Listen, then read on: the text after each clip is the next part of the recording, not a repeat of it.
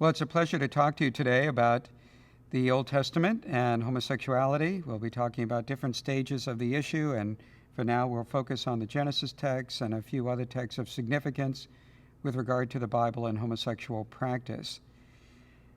No better place to start than at the very beginning in Genesis 1. In fact, we have great precedents for this because Jesus himself, when he discussed what was normative and prescriptive for all matters of human sexual ethics, in fact, began with the two key texts in Genesis 1:27, male and female he made them, and Genesis 2:24. So let's look at those texts in a little more detail and see what they suggest about the whole issue of a male-female requirement for sexual relations. Starting with Genesis 1:26 to 1:28.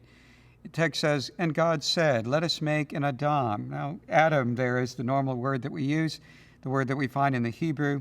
It's simply a word for a human being who is not differentiated according to sex. It's not referring to the particular sexual characteristics of the human being as man or woman or male or female, but just a human being generally, literally an earthling, formed from the Hebrew word Adamah, meaning ground.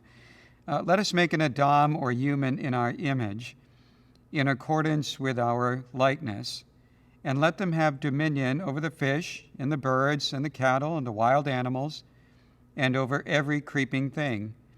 And God created the Adam in his image. In the image of God he created it, or him. Male and female he created them. And God blessed them and said to them, be fruitful and multiply and fill the earth and subdue it, and have dominion over the fish, the birds, and every living thing. The section of that text that Jesus focuses on is just 1/3 of Genesis 1:27. Male and female he made them. What we want to note in connection with this text is its close proximity with the description of human beings made in God's image. God created the Adam or human in his image. In the image of God he created it, or him. Now what that tells us is that certainly being made in God's image and being made male and female are related. They're not entirely unrelated concepts. Now the argument can be made, well, what about animals? Animals are also made male and female. This is true, but animals are not made in God's image. We had a lovely dog for many years, Coco. It was a cockapoo, part Cocker Spaniel and part poodle. Coco was a great dog, sweet dog, loving with children. But one thing about Coco, I never derived my sexual ethics from Coco. And the reason why is Coco is a dog. Coco was not made in God's image. I, however, am made in God's image. And therefore, what I do sexually can either enhance or efface that stamp of God's image that's been placed on my sexuality. Now, God himself, of course, is neither male nor female per se, but maleness and femaleness in their own independent ways embody sides or aspects or angles of God's being. And when we engage sexually with one another, the image of God comes into play in terms of the fullness of God's image on the sexual spectrum, male and female uniting into a single integrated sexual whole.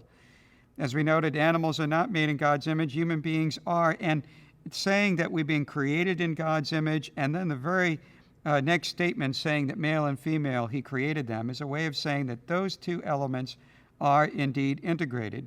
So, for example, when we engage in sexual immorality, whether that be fornication or adultery or incest or same-sex intercourse or bestiality, sex with a prostitute, whatever it may be, these ways of behaving efface that image of God stamped in our being. Paul talks in 1 Corinthians 6 about our bodies being made a temple of the Holy Spirit that is in us. And he says in a whole discussion of the issue of sexual immorality, in which he's dealing with the case of an incestuous man at Corinth, the case of a man sleeping with his stepmother. He reminds the Corinthians that your body is a temple of the Holy Spirit that's in you. You've been joined with one spirit with Christ. And when you engage in an immoral sexual union with another, he uses the analogy of a man having sex with a prostitute, you endanger that creation that you have been made into in God's image. You take something that God is reserving for God's exclusive use, his body, the body that he's fashioned for you, that he now makes a temple for his spirit, and you're taking that body and you're putting it at the disposal of immoral sexual purposes. Paul says, don't you realize that you're one spirit with Christ, and yet you're making yourself one body, one flesh with a woman in an immoral sexual union? That's not a good situation. You've been bought with a price. Glorify God. So all this is to say, in connection with Genesis 1, that we've been made for God's exclusive use, and what we do sexually impacts that image of God that's stamped on our being. We could say more about the Genesis 1 text, but I think it's better to segue over to the other key text at this point, which is Genesis 2, 18 to 24. Genesis 2, 18 and 24 says, Yahweh God said, it's not good for the Adam or human to be alone. I will make for him a helper as his counterpart. The Hebrew word there is kenegdo. We'll come back to that in a moment. And Yahweh God formed from the ground, from the Adamah, every animal of the field and every bird of the air, and brought them to the Adam or human. But for the Adam or human there was not found a helper as his counterpart. And Yahweh God caused a deep sleep to fall upon the Adam or human, and he slept. And he took one of his, now here's a question of translation we're going to get into. Normally we read, he took one of his ribs. I'm going to translate it here, sides, and explain why in a moment. And he closed up its place with flesh. And Yahweh God built the side, or rib, depending how we translate the Hebrew word here, tselah, that he had taken from the Adam, and built the side into a woman and brought her to the Adam or human. And the Adam or human said, this at last is bone from my bones and flesh from my flesh. To this one shall be given the name Isha, Hebrew for woman. For from Ish, Hebrew for a man, this one was taken. Therefore an Ish, a man, shall leave his father and mother, and shall become attached, joined, stuck, united to his woman or wife, Isha, and they or the two shall become one flesh. Incidentally, here's where prepositions are important. This Hebrew word for joining, attaching, becoming united, or even stuck is used also in other contexts for gluing things together. The same, the related Greek term that's used to translate it also can be used in this way. Prepositions are important here. We don't want you to come out of this and say to your spouse, if you're married, that I just found out that I'm stuck with you. No, not with you. Stuck to you is important here. Joined, glued, united, to become a single flesh, one with the other. Very important text for talking about human sexual ethics. Note this description about finding a helper for the Adam or human as his counterpart. Again, the Hebrew word there, kenegdo. It's formed from a prepositional prefix, kav, meaning like, and a suffix, o, meaning his, and an intervening preposition, neged, meaning both corresponding to and opposite to. Same word can mean both things, which is why this is best translated with something like counterpart or complement. A woman is a man's counterpart or complement. She's like him or corresponding to him in the sense that she's a fellow human being.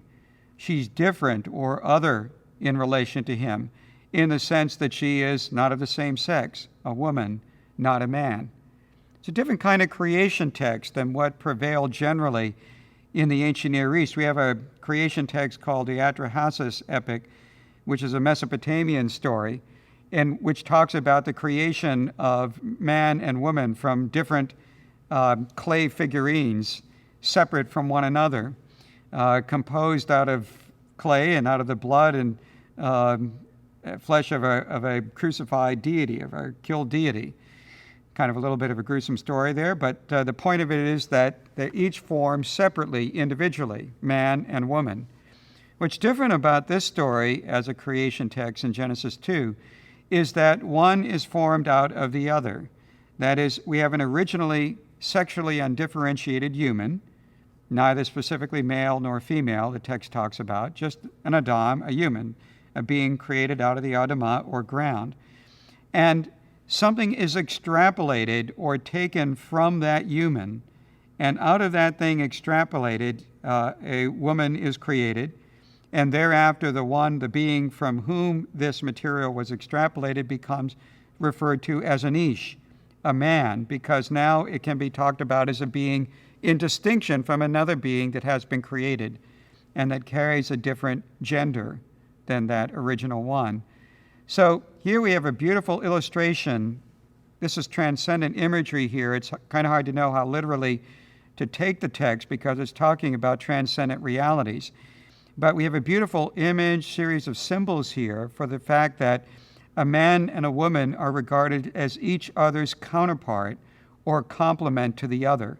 This isn't something you can fake by having, for example, a masculinized woman uniting with another man or another woman, or particularly a feminine male attempting to unite with somebody other than himself. This is sexuality, sexual differentiation, sexual complementarity is not something that can be faked. You're either of one sex or the other sex. And when you integrate, it brings together the two halves of the sexual spectrum that form an integrated sexual whole, such that a third party is neither necessary or desirable, because you've already brought together the totality of the spectrum, male and female. And this word that's used for referring to what is drawn from the Adam, this word that's usually translated rib, the Hebrew word here is selah.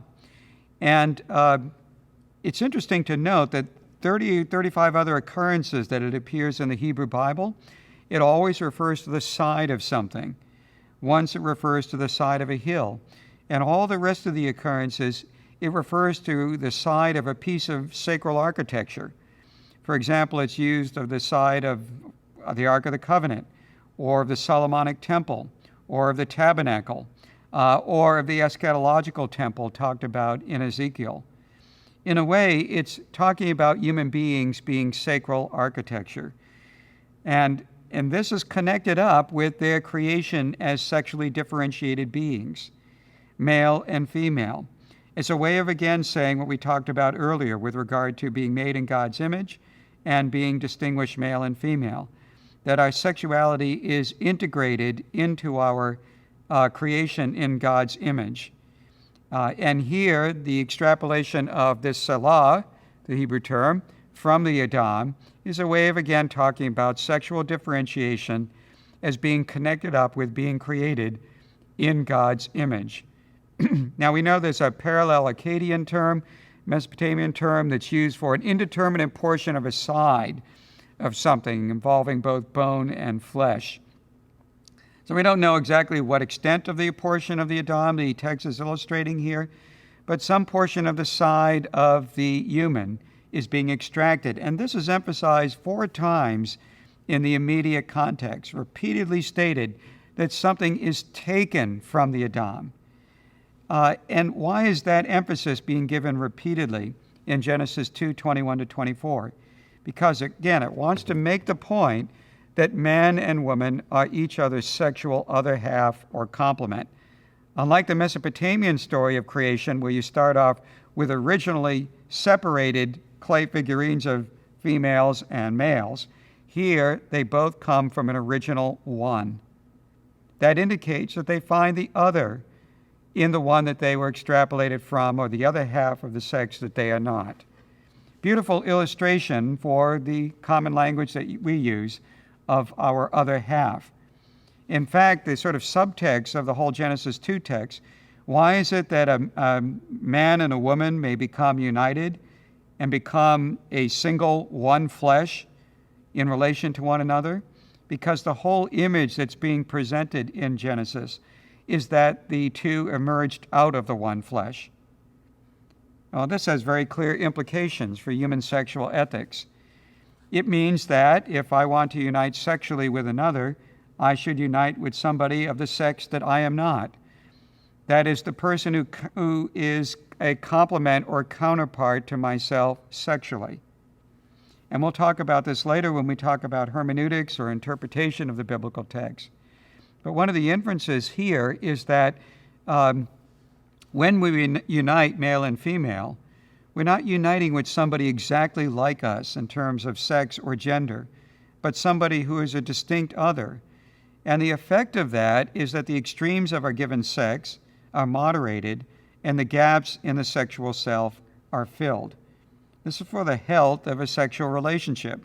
So the extremes of a given sex, the lack or deficits in a given sex are not exponentially increased in a sexual relationship with somebody of that same sex, but are rather moderated in negotiating one's sex as male or female in a relationship with somebody of the sex that you are not.